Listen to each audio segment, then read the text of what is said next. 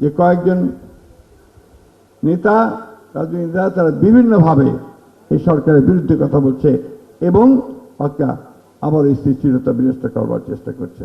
যে বাংলাদেশের স্বার্থ বিনষ্ট করে আমরা কখনোই কোনো চুক্তি কাউকে করতে দেব না, এ ব্যাপারে আপনারা নিশ্চিন্ত থাকতে পারেন।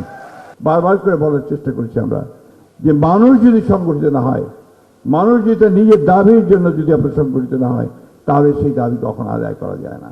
আজকে মৌলানা ভাসানী সেই ফারাক্কা মিছিলের মধ্য দিয়ে সেদিন মানুষগুলোকে সংগঠিত করেছিলেন, যার ফলে শহীদ জিয়া রহমানের পক্ষে সম্ভব হয়েছিল একটি চুক্তি বাস্তবায়ন করা। আজকে আবার সেই চুক্তি শেষ হচ্ছে 2026 ডিসেম্বরের মধ্যে এই চুক্তি শেষ হয়ে যাবে।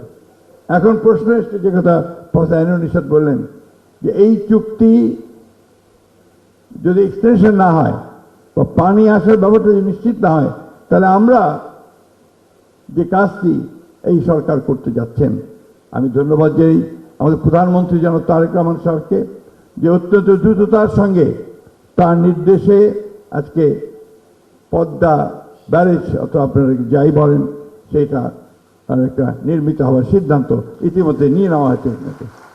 এবং এই সিদ্ধান্তটা আরেকটা ঐতিহাসিক সিদ্ধান্ত যে সমস্ত ভ্রুকুটিকে উপেক্ষা করে, অর্থাৎ অন্যান্য যে সমস্ত শক্তিগুলো আছে বা দেশগুলো আছে তাদের ভ্রুকুটিকে উপেক্ষা করে কিন্তু এই সিদ্ধান্ত তিনি নিয়েছেন।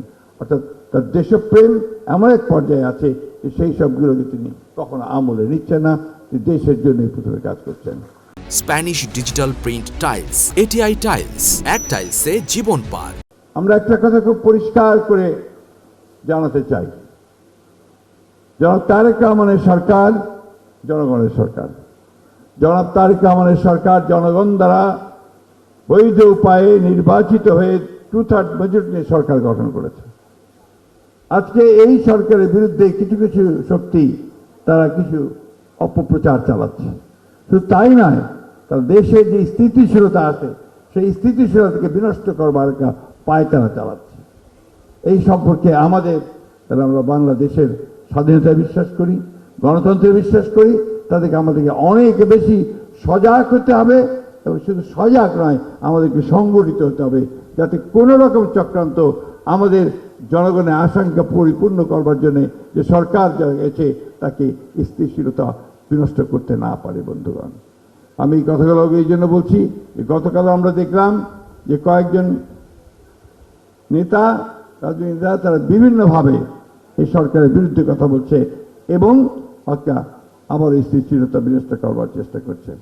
আমরা আজকে এই আলোচনা সভার মধ্য দিয়ে এই স্পষ্ট কথা বলতে চাই সকলকে যে বাংলাদেশের জনগণ যারা বুকে রক্ত দিয়ে যারা গণতন্ত্রকে অর্জন করেছে তারা কখনোই কোনোভাবেই কোনো রকম চক্রান্ত বা ষড়যন্ত্রকে এখানে মাথা তুলে দাঁড়াতে দেবে না।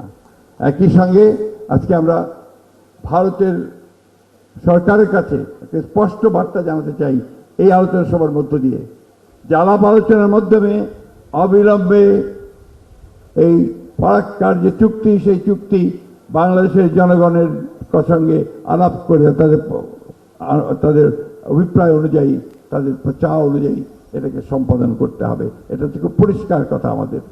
অন্যথায় যে কথাটা অনেকেই বলেছেন যে ভারতের সঙ্গে যে সুসম্পর্ক স্থাপিত হওয়া সুযোগ এসেছে সেটা নির্ভর করবে ভারতের এই গঙ্গা চুক্তি বা আপনার ফারাক্কা চুক্তি সম্পাদনের উপর দিয়ে, একথা বিশ্বাস করি এবং সেই আহ্বান আমরা তাদের কাছে জানাতে চাই। আসুন আজকে এই আলোচনার মধ্যে দিয়ে আমরা আমাদের যে সমস্যা সম্পর্কে জানলাম সেটা জানা শুধু নয়, সেটা যেন আমরা আমাদের দলে কাছে নিয়ে যেতে পারি, মানুষকে বোঝাতে পারি, সে কাজটা আমাদের করতে হবে। আর সবচেয়ে বড় কথা যেটা, যে বাংলাদেশের স্বার্থ বিনষ্ট করে আমরা কখনোই কোনো চুক্তি কাউকে করতে দেব না, এ ব্যাপারে আপনারা নিশ্চিন্ত থাকতে পারেন। বাংলাদেশের স্বার্থ সর্বাগ্রে নিশ্চয়ই ইনশাআল্লাহ দেখা হবে এবং জনাব তারেক রহমান সরকার সেটাই করবেন বলে আমরা বিশ্বাস করি।